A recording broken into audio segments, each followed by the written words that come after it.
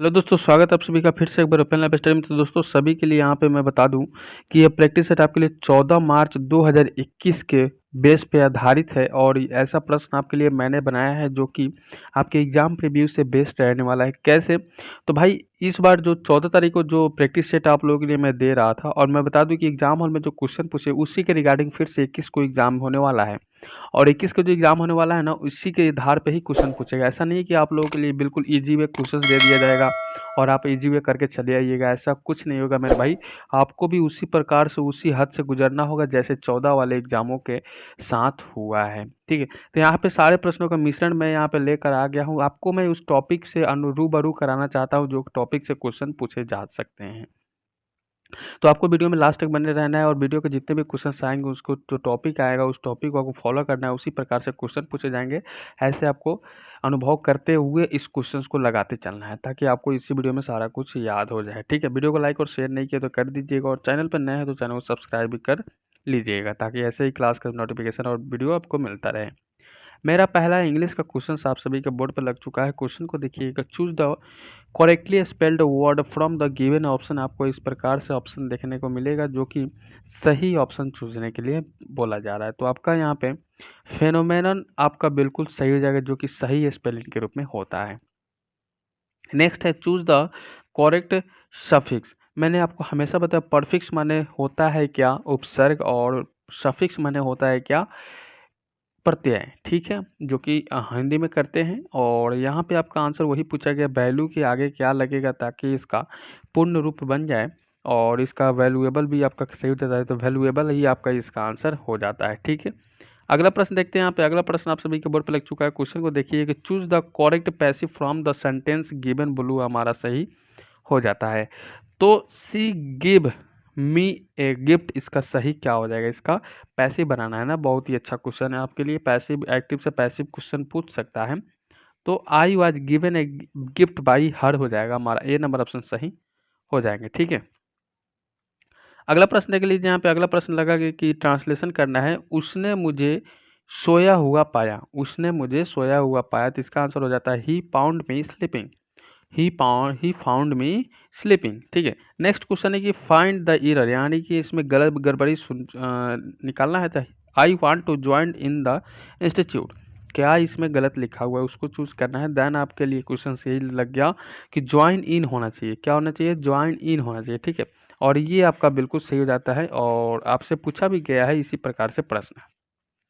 Next question देखते हैं। यहाँ पे क्वेश्चन आपके लिए अब लगेगा, क्वेश्चन को देखिएगा यहाँ पे कि निम्नलिखित में से देश का राष्ट्रीय खेल क्रिकेट है, तो किसका है? तो सभी को पता है, तो हमारा आंसर हो जाता है ऑस्ट्रेलिया, क्योंकि किसका किसका है ये भी याद रखिएगा। ऑस्ट्रेलिया और इंग्लैंड का खेल होता है क्रिकेट, ठीक है। अब दक्षिण अफ्रीका के क्या है ये भी आपको याद होना चाहिए। और इस प्रकार के सारे प्रश्न आपको जब भी पूछेंगे तो आपके लिए काफ़ी बेहतरीन क्वेश्चन आपके लिए पूछने का रहेगा। तो भारत के लिए हॉकी होता है, सभी को पता है। भारत और पाकिस्तान का दोनों सेम है। जापान का जूडो होता है, और स्कॉटलैंड का भी पूछता है तो रग्बी फुटबॉल होता है। और फ्रांस और ब्राज़ील का फुटबॉल होता है, और यूएसए का पूछेगा तो बेसबॉल कर दीजिएगा। वानखेड़े स्टेडियम कहाँ स्थित है ये चीज़ें आपसे पूछा जाएगा। तो वानखेड़े स्टेडियम सभी को पता है कि हम तो करेंगे भाई, वानखेड़े स्टेडियम मुंबई में स्थित है, ठीक है। ठीक है, यहाँ पे ये चीज़ें आपसे पूछा जा सकता है क्वेश्चन। नेक्स्ट क्वेश्चन है कि सतत वृद्धि के कारण किस समूह में परमाणु त्रिज्या की वृद्धि होती है? तो हमारा आंसर हो जाता है इलेक्ट्रॉन सेल, इलेक्ट्रॉन सेल, ठीक है। नेक्स्ट क्वेश्चन आपके बोर्ड पर लग चुका है। यहाँ पे क्वेश्चन को देखिएगा 14 नंबर क्वेश्चन की एक परजीवी पौधा है, तो एक परजीवी पौधा होता है कस्कुट, कस्कुट का एक परजीवी पौधा हो जाता है। नेक्स्ट है फूल का एक मदा प्रजनन अंग होता है, तो 15 नंबर क्वेश्चन का आंसर हो जाएगा गर्भकेसर, ठीक है। नेक्स्ट है कि कला और बूढ़ा चांद किनकी रचना है? कला और बूढ़ा चांद किनकी रचना है? तो हमारा आंसर हो जाता है पंत का, ये नंबर ऑप्शन हमारा बिल्कुल सही हो जाता है। अगला प्रश्न देखिए, यहाँ पे लिया गया है कि निम्नलिखित में से कौन से पादप समूहों का परागण होता है? तो पादप समूहों का परागण पूछा गया है, ये बताइए। तो आपको भी मेरे साथ लगाते चलना है ताकि आपको इसी वीडियो में सारा चीज़ याद हो जाए। तो आवृत बीजी और एंजियोस्पर्म आपका बिल्कुल सही हो जाता है। देखिए कभी कभी एंजियोस्पर्म दे देगा तो आप घबराइएगा नहीं कि हम नहीं पढ़े हैं, ठीक है। नेक्स्ट क्वेश्चन है कि 7वें वेतन आयोग के अध्यक्ष के रूप में किनको नियुक्त किया गया? तो 7वें वेतन के अध्यक्ष के रूप में सभी को, तो अशोक कुमार माथुर को नियुक्त किया गया है, ठीक है। और ये कब 7वें वेतन का लागू कब किया गया क्वेश्चन पूछेगा तो 1 अप्रैल, याद रखिएगा 1 अप्रैल, ठीक है, 2016 को ये लागू किया गया था। तो ये क्वेश्चन आपसे बेस्ट होगा और याद रखिएगा, ठीक है। नेक्स्ट क्वेश्चन देख लीजिए, यहाँ पे क्वेश्चन पूछा गया कि कोयला और पेट्रोलियम के दहन का परिणाम जो होता है ऑक्साइड के रूप में होता है। किसके रूप में? ऑक्साइड के रूप में होता है। तो हमारा आंसर हो जाता है नाइट्रोजन और सल्फर आपका बेस्ट हो जाता है। नेक्स्ट क्वेश्चन देखिए कि निम्नलिखित में से कौन सा एक विषम परमाणु अणु है, ठीक है।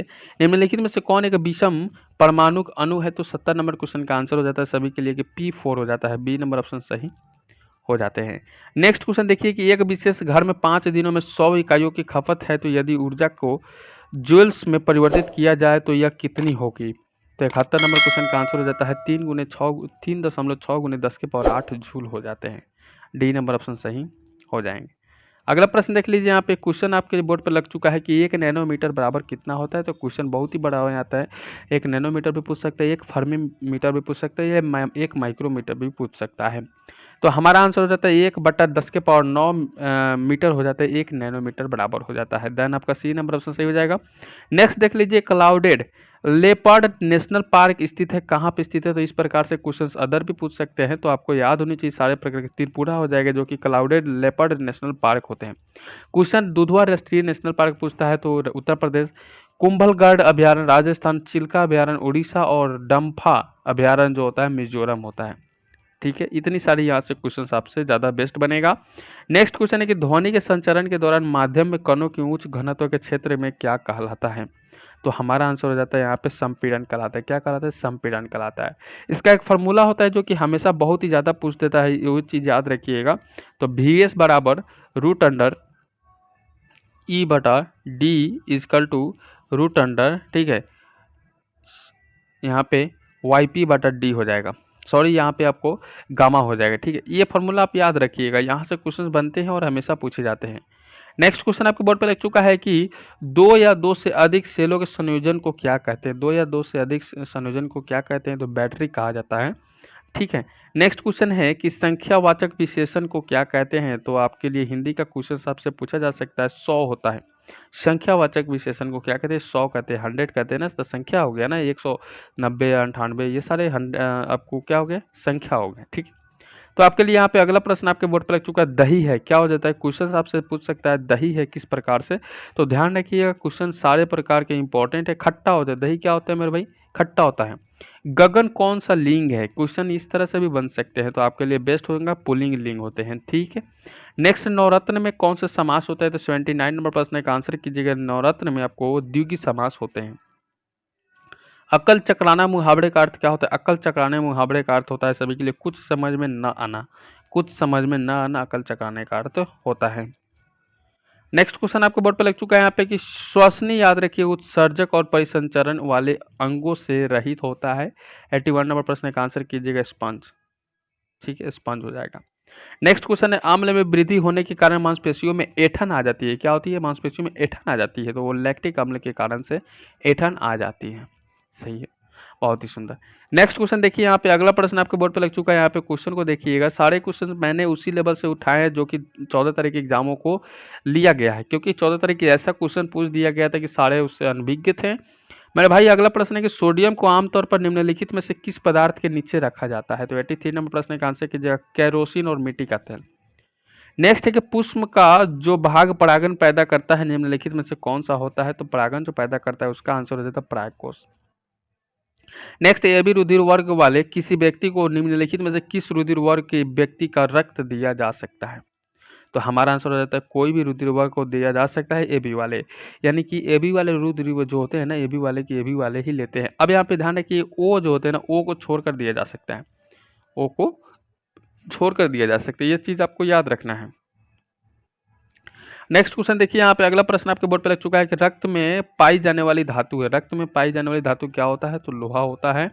नेक्स्ट क्वेश्चन, लोहा मतलब आयरन होता है, और आयरन सर्वाधिक मात्रा में पालक में मिलता है। हरी सब्जियां खाइएगा तो आपको आयरन प्राप्त हो जाएगा।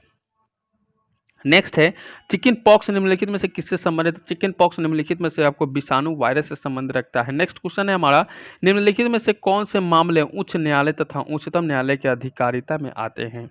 तो 88 नंबर क्वेश्चन का आंसर हो जाएगा मूल अधिकार का प्रवर्तन। सी नंबर ऑप्शन सही हो जाएंगे।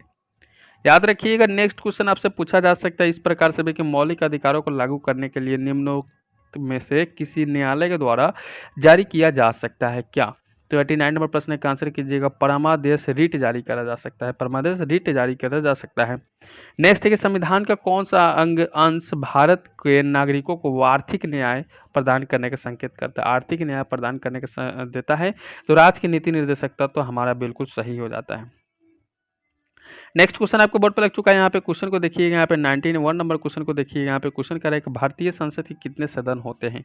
क्वेश्चन आपसे पूछा जा सकता है। तो आपके 2 सदन होते हैं, भारतीय सदन के 2 सदन होते हैं, जो सभी को पता है। इस प्रकार के प्रश्न पूछे जाते हैं। ये किस में उल्लिखित है? अनुच्छेद 79 में उल्लिखित है, 79 में उल्लिखित है। ये चीज़ आपको ये हमेशा याद रखना है, ठीक है। अब यहाँ पे दो सदन है, कौन कौन है? तो सभी को पता है, एक लोक सदन और एक राज्य सदन, ठीक है। नेक्स्ट क्वेश्चन देखिए यहाँ पे कि संसदीय कार्यवाही सूची में प्रथम विषय कौन होता है? तो 92 नंबर प्रश्न का आंसर कीजिएगा, प्रश्न काल, ठीक है। नेक्स्ट क्वेश्चन इससे भी इंटरेस्टिंग है कि राष्ट्रपति किस स्थिति में अध्यादेश जारी कर सकता है? तो अध्यादेश जब भी जारी करेगा ना, तो हमारा सदन के अधिवेशन न रहने की स्थिति में वो अध्यादेश जारी कर सकता है, ठीक है। नेक्स्ट क्वेश्चन देख लीजिए। यहाँ पे अगला प्रश्न आप सभी के बोर्ड पे लग चुका है। मैंने यहाँ पे जो भी क्वेश्चन उठाए हैं ना, सारे इंपॉर्टेंट क्वेश्चन उठाए मेरे भाई। लोकसभा के राज्यवार सीटों का आवंटन 1971 की जनगणना पर आधारित है। यह निर्धारण किस वर्ष यथावत रहेगा? किस वर्ष तक ये रहेगा? तो ये करेंट के माध्यम से पूछा जा सकता है, 2026 तक, ठीक है, 2026 तक, ठीक है सभी को। नेक्स्ट क्वेश्चन है कि मंत्रिपरिषद किसके प्रसाद या पर्यांत कार्य करती है? तो 95 नंबर क्वेश्चन का आंसर कीजिए, राष्ट्रपति। मंत्रिपरिषद राष्ट्रपति के द्वारा ही कार्य करने में संपन्न होती है, ठीक। नेक्स्ट क्वेश्चन हमारा रहेगा ट्रांसलेशन कि हम लोग कल बाढ़ पीड़ितों की सेवा करने जाएंगे। तो बाढ़ पीड़ितों की सेवा करने जाएंगे, we will go to help the flood victims tomorrow, ठीक है, हमारा सही हो जाएगा इसका ट्रांसलेशन।